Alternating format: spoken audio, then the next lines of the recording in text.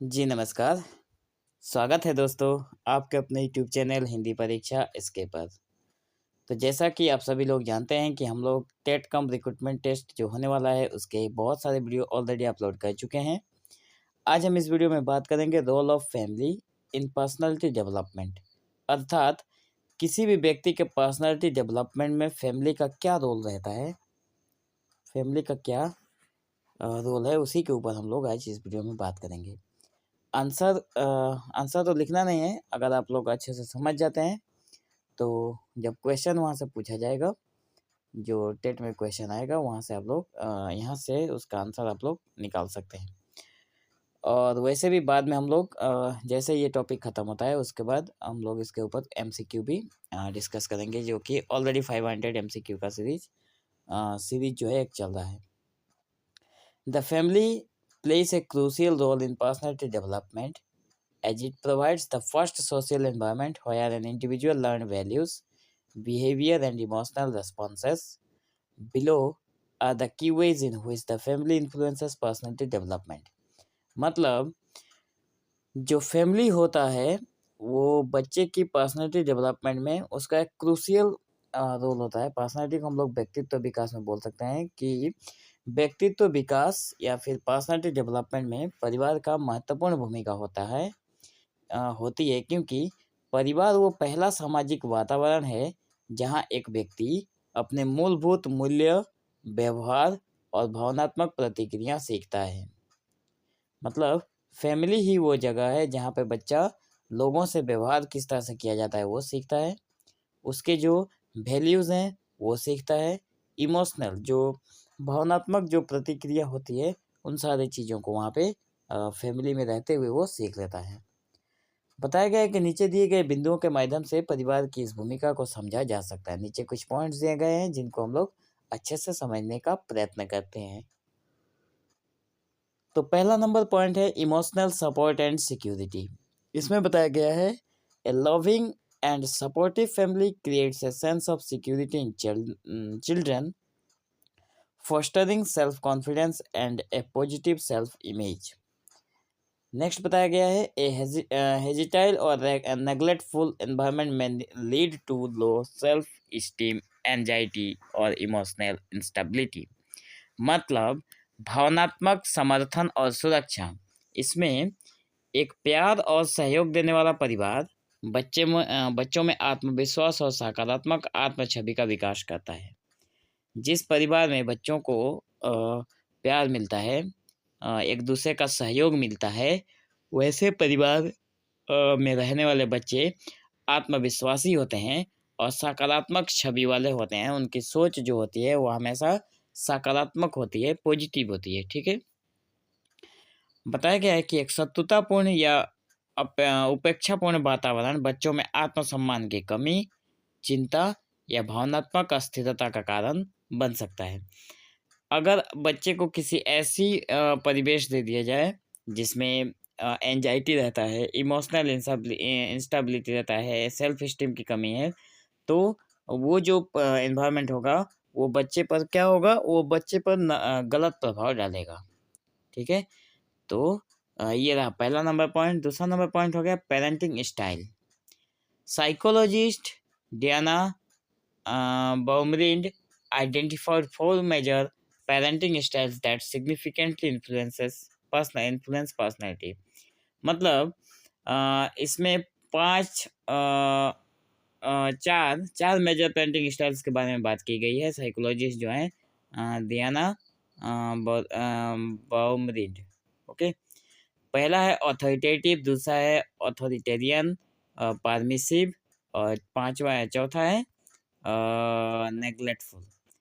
तो पालन पोषण की शैली जो है पेरेंटिंग स्टाइल, इसमें बताया गया है कि मनोवैज्ञानिक जो है जिनका नाम है डायना बामराइंड ने 4 प्रमुख पालन पोषण की शैलियाँ बताई है जो व्यक्तित्व पर गहरा प्रभाव डालती है। जिसमें से पहला है आधिकारिक, मतलब ऑथोरिटेटिव। यहाँ पे मैं इंग्लिश वाला यहाँ पे ये पॉइंट वो जो है उसको नहीं पढ़ रहा हूँ, मैं हिंदी में ही आप लोगों को यहाँ पे समझा देता हूँ, आप लोग उसे पढ़ सकते हो। ठीक है, बात एक ही है। बताया गया है कि आधिकारिक मतलब ऑथोरिटेटिव, जो प्यार और अनुशासन का संतुलन, जो स्वतंत्र, जिम्मेदार और सामाजिक रूप से सक्षम व्यक्तित्व विकसित करता है। मतलब प्यार भी होना चाहिए, अनुशासन भी होना चाहिए, मतलब बच्चे में डिसिप्लिन भी होना चाहिए। तो इन दोनों का जहाँ पे संतुलन देखने को मिलता है, उस समाज के बच्चे, उस परिवेश के बच्चे सक्षम होते हैं अपने व्यक्तित्व को विकसित करने में। दूसरा है तानाशाही, मतलब ऑथोरिटेरियन। तो सख्त और कम पोषण जो बच्चों को आज्ञाकारी लेकिन आत्मविश्वासी में कवि वाला बना सकता है। अगर बच्चों को सख्त करके, मतलब हर तरीके से उन्हें हिरासत में रखा हिरासत में रखकर और उनका पालन पोषण में कमी रखकर अगर आप उनका पालन पोषण करेंगे तो क्या होता है, बच्चों में आत्मविश्वास की कमी देखने को मिलता है। तीसरा नंबर है अनुमेय, मतलब पारमिसिव, स्नेही लेकिन लापरवाह, जो बच्चों को आवेगी या कम अनुशासित बना सकता है। अगर कोई बच्चा खूब अगर किसी के स्नेह में पल कर बड़ा हो रहा है, लेकिन अगर उस बच्चे की तरफ लापरवाह, मतलब बच्चा अगर लापरवाह हो रहा है, तो वो बच्चे के आवेग को अनुशासित, मतलब कम अनुशासित होगा। उसका जो आवेग है वो पूरी तरह से अनुशासित नहीं होगा, तो उसमें लापरवाही देखने को मिलेगी। अगर वो बड़ा हो जाएगा तब भी, तो उसके बड़े होने के बाद भी उसमें लापरवाही देखने को मिलती है। उपेक्षापूर्ण, मतलब नेग्लेक्टफुल, हर चीज़ का नेग्लिजेंसी करना हर चीज़ में। अनुपस्थित पालन पोषण, जो आत्मसम्मान और सामाजिक कौशल में कमी ला सकता है। ठीक है, तो ये रहा तीसरा नंबर पॉइंट। चौथा नंबर है रोल मॉडलिंग। इसमें बताया गया है कि children observe and imitate their parents behaviour, shaping their personality traits like honesty, empathy and resilience. If parents model healthy communication and this emotional regulation, children tends to develop this skill. Role modelling में बताया गया है कि बच्चे अपने माता पिता के व्यवहार को देखकर उनके नकल करके सीखते हैं। बच्चे जो होते हैं वो माता पिता के जो व्यवहार होता है उसको देखते हैं, उसको नकल करके सारी चीज़ें सीखते रहते हैं। यदि माता पिता स्वस्थ संवाद और भावनात्मक संतुलन दिखाते हैं तो बच्चे भी इन्हें विकसित करते हैं। माता पिता अगर अच्छी चीज़ें दिखाएंगे तो बच्चे अच्छी चीज़ें सीखेंगे, और बुरी चीज़ें दिखाएंगे तो बच्चे जो होते हैं वो वही सीख लेंगे। उदाहरण के तौर पर यदि माता पिता ईमानदारी और सहानुभूति दिखाते हैं तो बच्चे में भी ये गुण विकसित होते हैं। ठीक है, आगे है फैमिली डायनामिक्स। तो इसका जो फैमिली डायनामिक्स जो है इसका हम लोग फैमिली जो है वो डायनामिक्स होना चाहिए। ठीक है, कहाँ गया?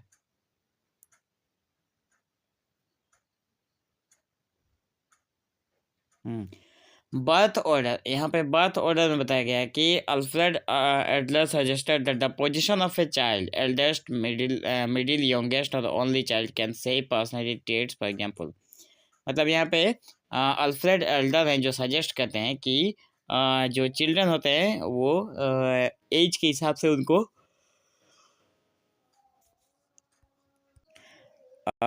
उनको क्या किया जाता है, ट्रेट किया जाता है। ठीक है, पर्सनालिटी को ट्रेट किया जाता है। जैसे eldest childrens are often responsible and leaders, जो बड़े होते हैं वो सबसे पहले वो रेस्पॉन्सिबल होते हैं और वो लीडिंग का कैपेसिटी रखते हैं। मिडिल चिल्ड्रंस में हैव पीस मेकर। ठीक है, मिडिल चिल्ड्रन जो होते हैं वो शांत वातावरण को बनाकर रख सकते हैं। और यंगेस्ट चिल्ड्रन माइंड में भी बहुत आउटगोइंग और डिपेंडेंट होते हैं। जो सबसे छोटे होते हैं वो ज़्यादा से ज़्यादा बड़ों के ऊपर डिपेंड होते हैं और आउटगोइंग होते हैं, मतलब घर से ज़्यादातर बाहर रहते हैं। सिबलिंग रिलेशनशिप में बताया गया है कि positive sibling relationship encourage social skills and emotional intelligence, while rivalry may cause insecurity और एग्रीगेशन। सिबलिंग रिलेशनशिप मतलब रिश्तेदार हैं, भाई बहन है, लेकिन दूर के हैं। ठीक है, अच्छा, तो इसमें उनका क्या होता है कि पॉजिटिव अगर होगा तो वो एनकरेज करेगा, और अगर नेगेटिव रहा तो वो एग्रीगेशन करेगा, इनसिक्योरिटी रहेगा बच्चों में। परिवार की गतिशीलता मतलब फैमिली डायनामिक्स, यही है ना, फैमिली डायनामिक्स। तो यहाँ पे बताया गया है कि परिवार की गतिशीलता मतलब जन्मक्रम जो है वो ये मैंने समझा दिया। हाँ, ये रहा, हाँ यहाँ तक समझा दिया। कल्चरल एंड मॉरल वैल्यूज में बताया गया है कि families instil moral values, beliefs and traditions which shape B child sense of identity and world view. तो सांस्कृतिक और नैतिक मूल्य जो होते हैं, कल्चरल और मॉरल वैल्यूज, जिसमें परिवार जो होता है, नैतिकता होती है, परिवार नैतिकता, विश्वास और परंपराओं को सिखाता है, जो बच्चे की पहचान और दृष्टिकोण को आकार देते हैं।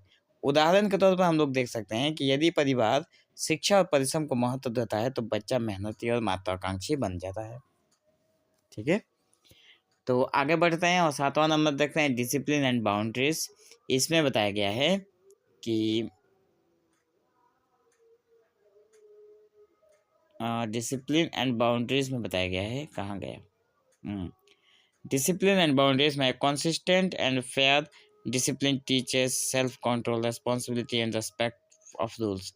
जो फेयर डिसिप्लिन होती है वो हमें क्या टीच करती है कि हमें सेल्फ कंट्रोल होना चाहिए, रेस्पॉन्सिबल होना चाहिए और रूल्स के प्रति रेस्पेक्ट होना चाहिए। ओवरली हरास और inconsistent discipline can lead to rebelliousness और फेयरफुलनेस। अगर इनकॉन्सिस्टेंट डिसिप्लिन, अगर डिसिप्लिन ठीक से नहीं रहेगी किसी भी बच्चे में, तो क्या होगा कि वो फेयरफुलनेस हो जाएगा, उसे किसी भी चीज़ का डर नहीं रहेगा और किसी भी रूल रेगुलेशन का कोई रेस्पेक्ट नहीं करने वाला। इमोशनल कम्युनिकेशन क्या है? Families that encourage open emotional expressions help children develop emotional intelligence and empathy. Emotional communication में होता क्या है कि बच्चे जो होते हैं वो एनकरेज होते हैं ओपन इमोशनल एक्सप्रेशन से। अगर इमोशनल कम्युनिकेशन होगा तो बच्चे अपने मन की बातें खुल कर बोल पाएंगे, जिससे कि उनके अंदर की सारी एक्सप्रेशन बाहर आएगी, तो उनका इमोशनल इंटेलिजेंस जो है वो उभर कर सामने आएगा। Suppressive environments may hinder emotional development and causing difficulty in managing relationship. जहाँ पे सप्रेस किया जाता है, सप्रेसिंग एनवायरनमेंट जहाँ पे होता है, वहाँ पे क्या हो, एक्सप्रेशन नाउ का सप्रेशन अगर हो जाता है तो बच्चों में इमोशनल डेवलपमेंट नहीं हो पाता है, बल्कि रिलेशनशिप को मैनेज करने में भी प्रॉब्लम्स होते हैं। Support during challenges, families that support children through failures or life challenges build resilience and problem solving skills. Supporting during challenge की तरह, जब चैलेंज हमें मिलता है तो हमें सपोर्टिव होना चाहिए। लैक ऑफ सपोर्ट में lead to feelings of helpfulness and dependency. सपोर्ट की कमी के कारण हमें क्या लगता है कि हम हेल्पलेसनेस हैं, ठीक है, और डिपेंडेंसी है किसी और के ऊपर। इकोनॉमिक एंड सोशल एनवायरनमेंट, जो कि आखिरी नंबर पॉइंट है, शायद 10वां नंबर पॉइंट है, नहीं 11वां नंबर पॉइंट लास्ट है। तो इकोनॉमिक एंड सोशल एनवायरनमेंट क्या होता है कि socio economic status affects access to education, resources and opportunities including confidence and ambitions. मतलब जो सोशल और इकोनॉमिक जो इन्वायरमेंट है उसमें बताता है कि सोशियो इकोनॉमिक जो हमारी स्टेटस है वो इफेक्ट करता है हमारे एजुकेशन के रिसोर्स के ऊपर, हमारी अपॉर्चुनिटी के ऊपर, और इन्फ्लुएंस पड़ता है उसका कॉन्फिडेंस एंड एम्बिशन के ऊपर। Family's involvement in the child's education enhance intellectual growth and achievement. जब चाइल्ड के एजुकेशन में फैमिली की एंटर होता है, जब उनकी फैमिली जब अपना रोल निभाती है तो बच्चे में ग्रोथ और अचीवमेंट देखने को मिलता है। वो भी ग्रोथ किस प्रकार का? Intellectual growth. Conflict resolutions and stress management. A family that models healthy ways of resolving conflict teaches children to handle disagreements constructively.